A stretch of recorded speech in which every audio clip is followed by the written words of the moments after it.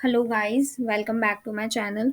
आज की इस वीडियो में बात करेंगे हम बीपीसीसी 107 के जून 2024 के क्वेश्चन पेपर की। इसमें हम डिस्कस करेंगे जून 2024 का question paper with answers and also इसमें मैं आपको कुछ इंपॉर्टेंट टॉपिक्स भी बताऊंगी based on PYQs. So start करते हैं इस वीडियो को। जैसा कि आपको पता है, ये आपका 2 आवर्स का एग्ज़ाम होगा एंड मैक्सिमम मार्क्स 50 होंगे।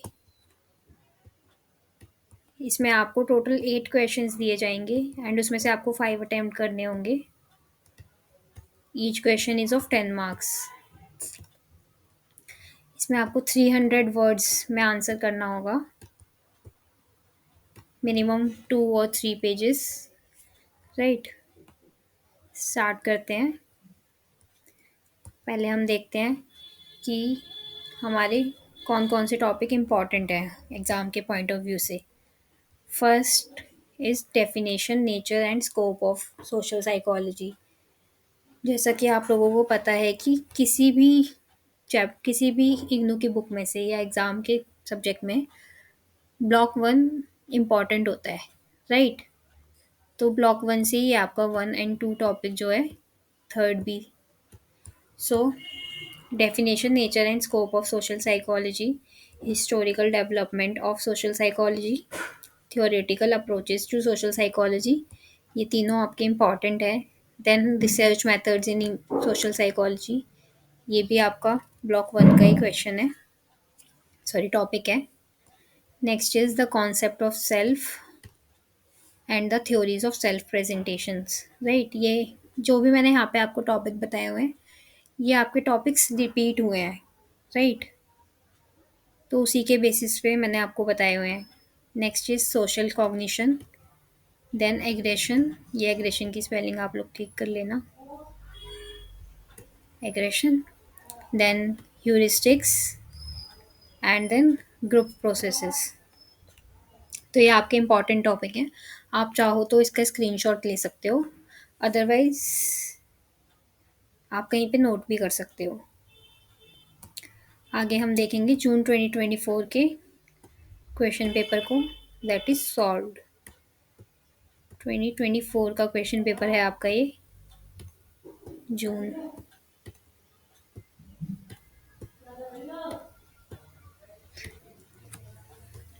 इसमें हमारा क्वेश्चन नंबर 1 है, discuss the definition, nature and scope of social psychology. तो आपको कोई भी एक डेफिनेशन याद करनी है। आपकी बुक में 3 या 4 डेफिनेशंस दी हुई हैं जो कि अलग अलग सोशोलॉजिस्ट या साइकोलॉजिस्ट ने दी है। तो यहाँ पे हम एक बेसिक डेफिनेशन पढ़ेंगे। Social psychology is the scientific study of how individuals think, feel and behave in social contexts. Right, it examines how the presence of other, whether real or imagined. Right, तो ये चीज़ हमें ध्यान देने वाली है कि किसी इंसान का हमारे सामने प्रेजेंट होना इम्पॉर्टेंट नहीं है उसकी प्रेजेंस फील करने के लिए। वो इमेजिन प्रेजेंस भी हो सकती है या फिर रियल भी हो सकती है। Okay, influences and individuals thoughts, emotions and behaviours. Social psychology जो है वो साइंटिफिक स्टडी होती है। सोशल साइकोलॉजी साइकोलॉजी का ही सब पार्ट है। तो सोशल साइकोलॉजी साइंटिफिक होती है तो सोशल साइकोलॉजी भी साइंटिफिक होगी। तो सोशल साइकोलॉजी हमें बताती है कि हम कैसा फील करते हैं, हम कैसा बिहेव करते हैं, कब, जब हम सोशली प्रेजेंट होते हैं। राइट, और वो ये भी एग्जामिन करती है कि दूसरों की प्रेजेंस से हमारी जो बिहेवियर है उस पर क्या असर पड़ता है। राइट, देन नेचर क्या होता है सोशल साइकोलॉजी का। तो सोशल साइकोलॉजी जो है वो साइकोलॉजी और सोशोलॉजी का लाइक एक मर्जर है। ठीक है, तो वो फोकस करती है कि इंडिविजुअल का क्या रोल है social frame, larger social framework में। राइट, एंड वो एनालाइज करती है how social influences shape behaviour. It employs empirical methods to understand social phenomena, emphasizing both the individual's perception of social interactions and the actual social contract। तो इसमें क्या बताया हुआ है, जो सोशल साइकोलॉजी है वो एम्पेरिकल मेथड्स का यूज़ करती है सोशल फेनोमेनास को अंडरस्टैंड करने के लिए, ठीक है। तो स्कोप क्या होता है सोशल साइकोलॉजी का? सोशल साइकोलॉजी के यहाँ पे चार मेन दिए हुए हैं scope. That is social cognition, social influence, social relations and group behaviours. आप इस सब को पढ़ सकते हैं, मैं आपको पीडीएफ का लिंक डिस्क्रिप्शन में प्रोवाइड कर दूंगी। अभी इस वीडियो को हम थोड़ा क्विक ही रखेंगे। Next, explain the two major theories in social psychology. तो first theory is cognitive dissonance theory and next is social learning theory. तो कॉग्निटिव डिसोनेंस थ्योरी जो है वो लियोन फेस्टिंगर ने दी थी। इसमें क्या है, इसमें क्या बताया हुआ है कि that individual experience psychological discomfort when they hold two or more contradictory beliefs, values और एटीट्यूड्स।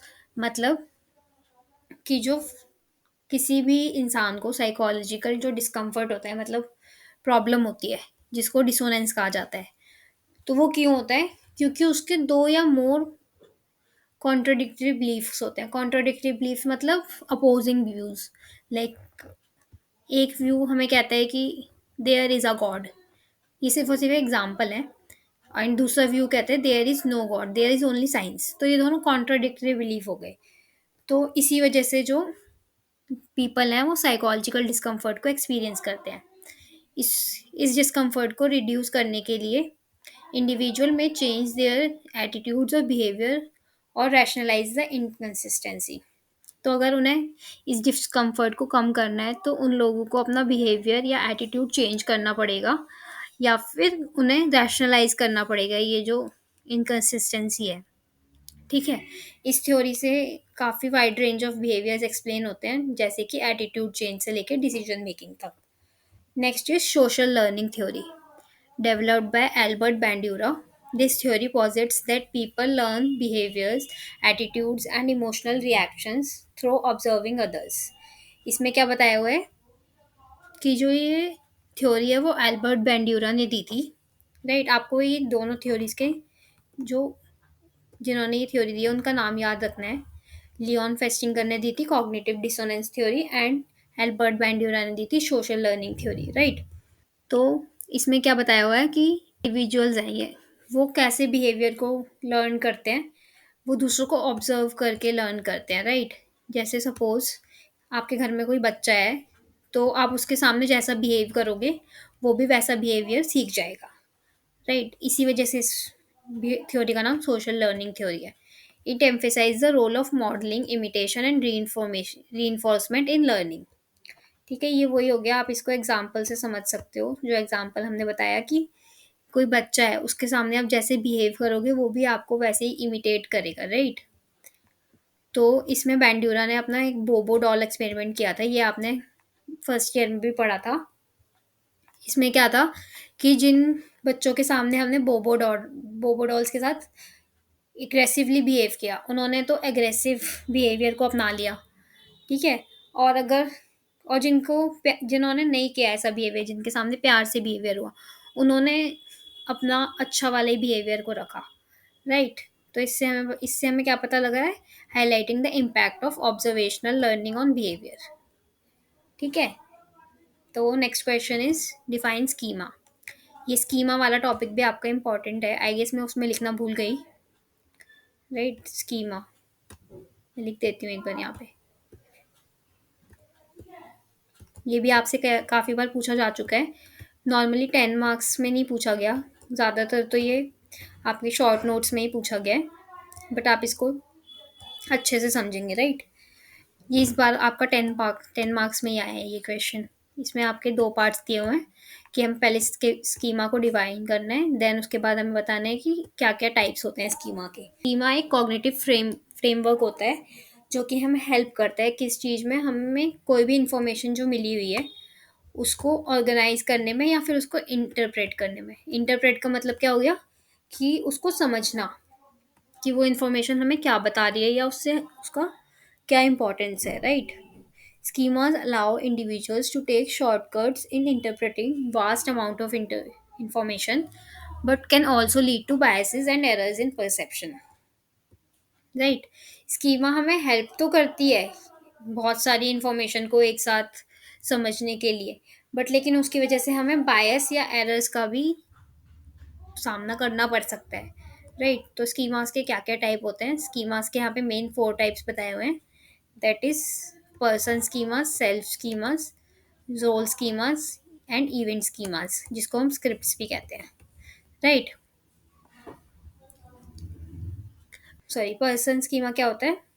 पर्सन स्कीमा हमें हेल्प करता है डिफरेंट टाइप ऑफ पीपल को समझने के लिए, राइट? जैसे कि इसमें एग्जांपल दिया हुआ है, stereotypes about different social groups.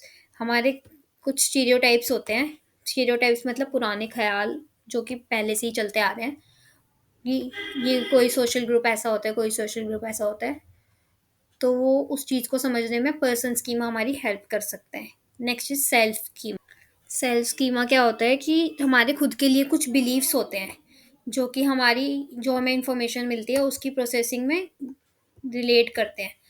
तो इससे हम क्या करते हैं, ये हमारे हम अपने आप की एबिलिटीज़ को कैसे देखते हैं, ये उस चीज़ को वो करते हैं, स्पेसिफाई करते हैं या फिर उस चीज़ को इन्फ्लुएंस करते हैं। नेक्स्ट, रोल स्कीमा क्या होता है? Expectations about how people in certain roles should behave, such as doctor, teachers और पेरेंट्स। रोल स्कीमा में होता है कि कोई एक इंडिविजुअल जिसका जो प्रोफेशन है वो कैसे बिहेव करना चाहिए, ये हम एक्सपेक्ट कर लेते हैं। कि हम एक्सपेक्ट करते हैं कि हमेशा डॉक्टर्स को अच्छे से ही बिहेव करना चाहिए और उन्हें बचाना ही है, चाहे वो उनके हाथ में हो या ना हो। तो ये हमारी एक्सपेक्टेशन हो गई। तो ये चीज़ किसके अंडर आ जाती है? रोल स्कीमा के अंदर। Event schemas. इवेंट स्कीमा क्या होता है? Cognitive scripts for how event should unfold, right? इसका मतलब हो गया कि कोई एक इवेंट है वो कैसे, किस उसका क्या पूरा,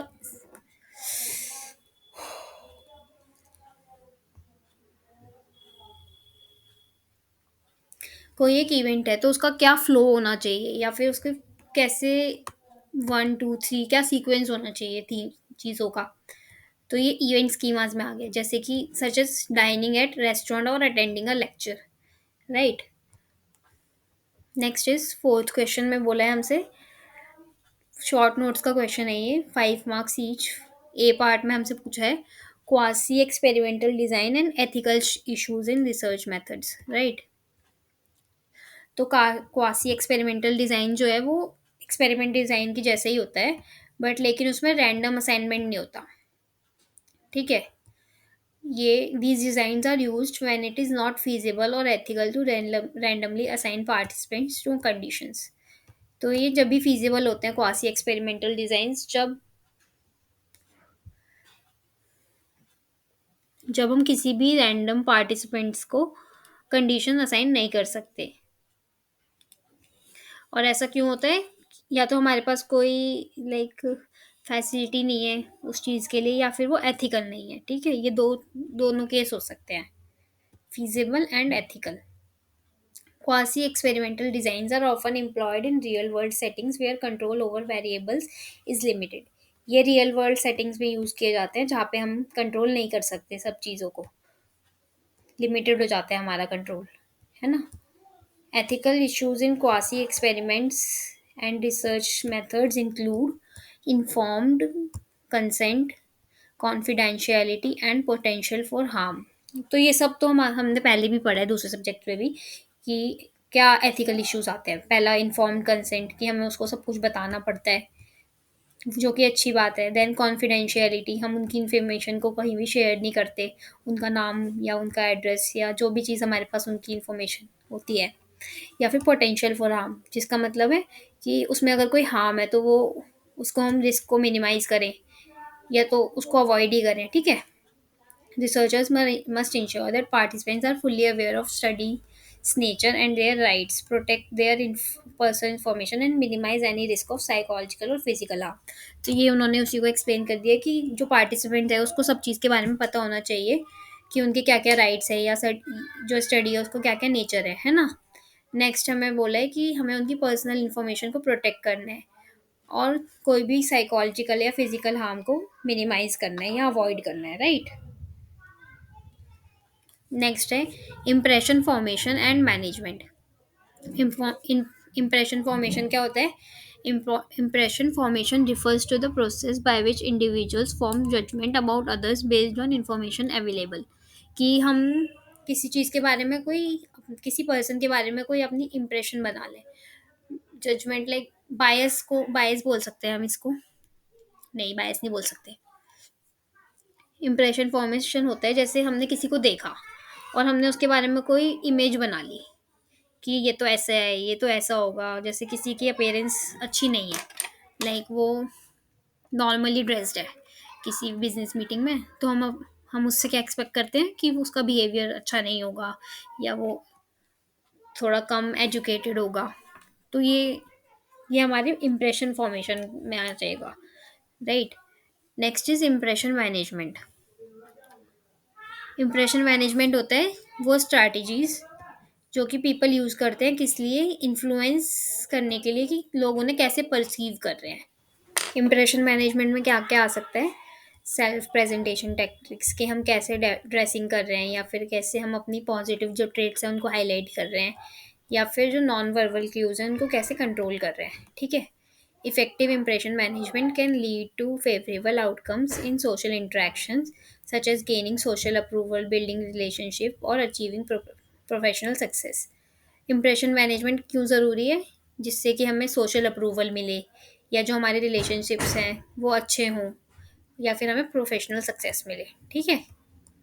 उसके बाद हमसे पूछा है question number 5 section B, discuss the theoretical approaches to aggression. इस क्वेश्चन में हमसे क्या पूछा है, इस क्वेश्चन में हमसे पूछा है थ्योरेटिकल अप्रोचेस टू एग्रेशन, ठीक है। तो ये जो जो आपका ये पीडीएफ है उसमें हमने पूरे लाइक प्रॉपर आंसर्स नहीं दिए हुए हैं, हमने ब्रीफ आंसर्स दिए हुए हैं। तो आप लोग इस क्वेश्चन को कैसे अटेम्प्ट करोगे, आप लोग सीधे थ्योरेटिकल अप्रोचेस नहीं बताने लग जाओगे एग्रेशन की। इसके फर्स्ट पैराग्राफ में आप बताओगे एग्रेशन क्या होता है, देन उसके बाद हम ये सब एक्सप्लेन करेंगे और लास्ट में हम उसको कंक्लूड कर देंगे, ठीक है। तो हम स्टडी करते हैं कि कौन कौन सी अप्रोचेस होती हैं। First one is biological approach. Biological approach में क्या होता है, these theory suggest that aggression is influenced by genetic, hormonal और न्यूरोबायोलॉजिकल फैक्टर्स।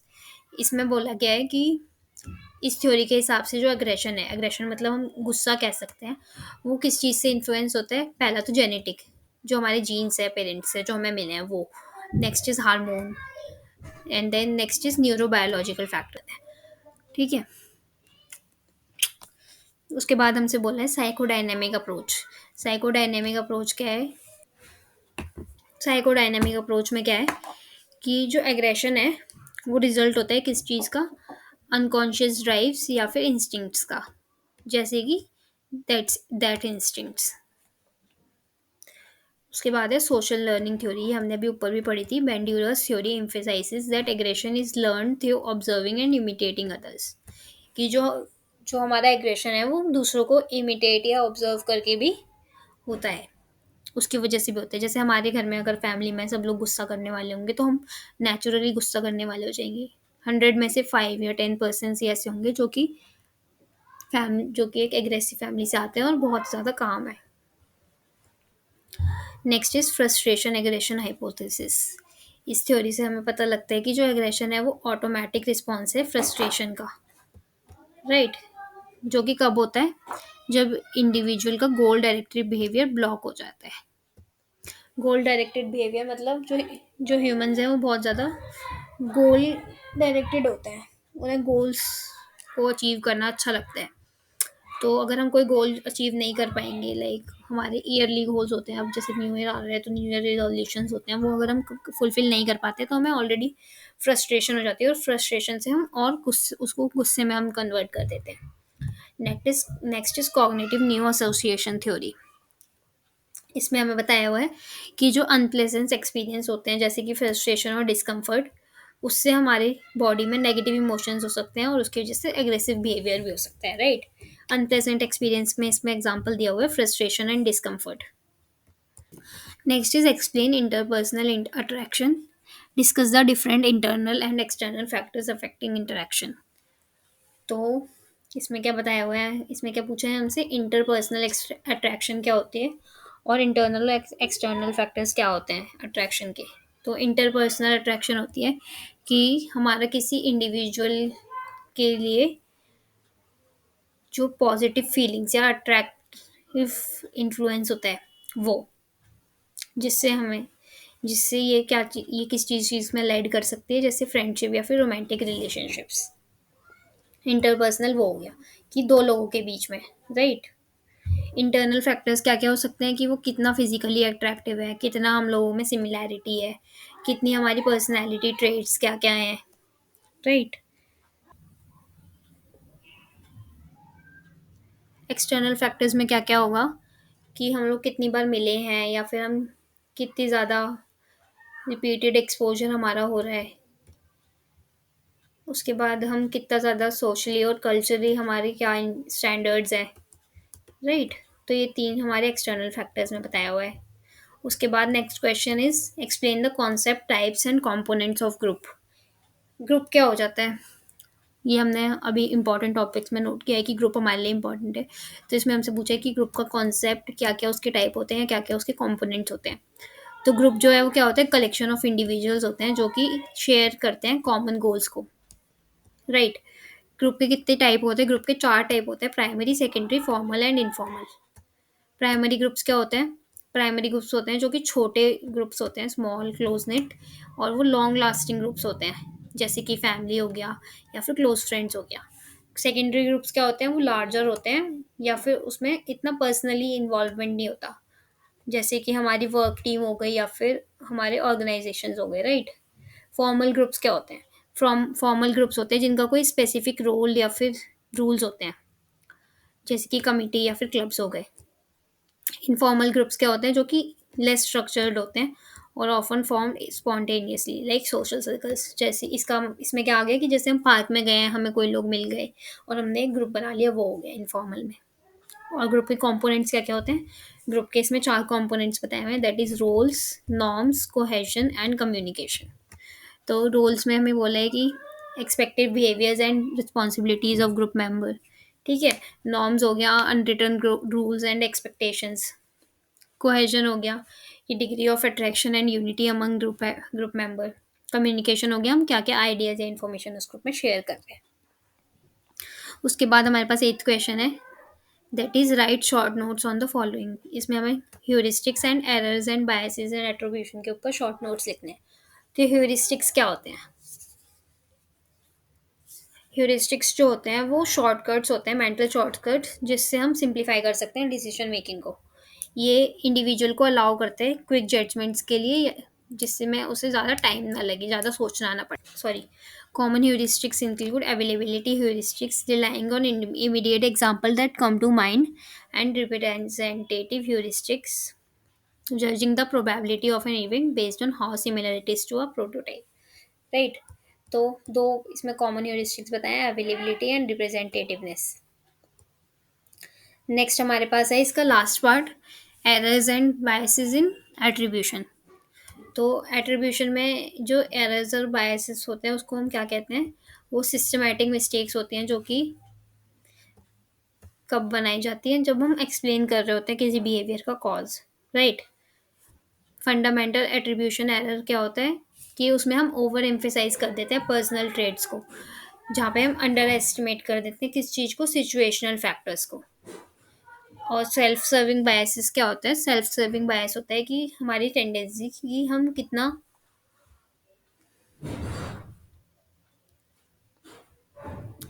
सेल्फ सर्विंग बायस क्या होता है कि हम जो दूसरे की सक्सेस होती है उसको तो इंटरनल फैक्टर पे फोकस कर देते हैं उसमें, और जो फेलियर होते हैं वो एक्सटर्नल फैक्टर्स पे ब्लेम कर देते हैं, राइट। तो ये बायसेस क्या हो सकता है, इससे क्या हो सकता है कि मिसअंडरस्टैंडिंग हो जाए या मिसजजमेंट हो जाए सोशल इंटरेक्शंस में, ठीक है। तो ये आपका था जून 2024 का क्वेश्चन पेपर। इसमें हमने जो जो क्वेश्चंस पढ़े वो सब मोस्टली इसमें आ गए आपके, aggression, heuristics, group processes, social cognition, self का concept, research method, theoretical approaches. तो ये सब आपके इंपॉर्टेंट टॉपिक है, आप इसको अच्छे से नोट कर लें। जो आपका इसका सॉल्यूशन वाला पार्ट है उसकी लिंक मैं आपको डिस्क्रिप्शन में प्रोवाइड कर दूंगी। Thank you for watching.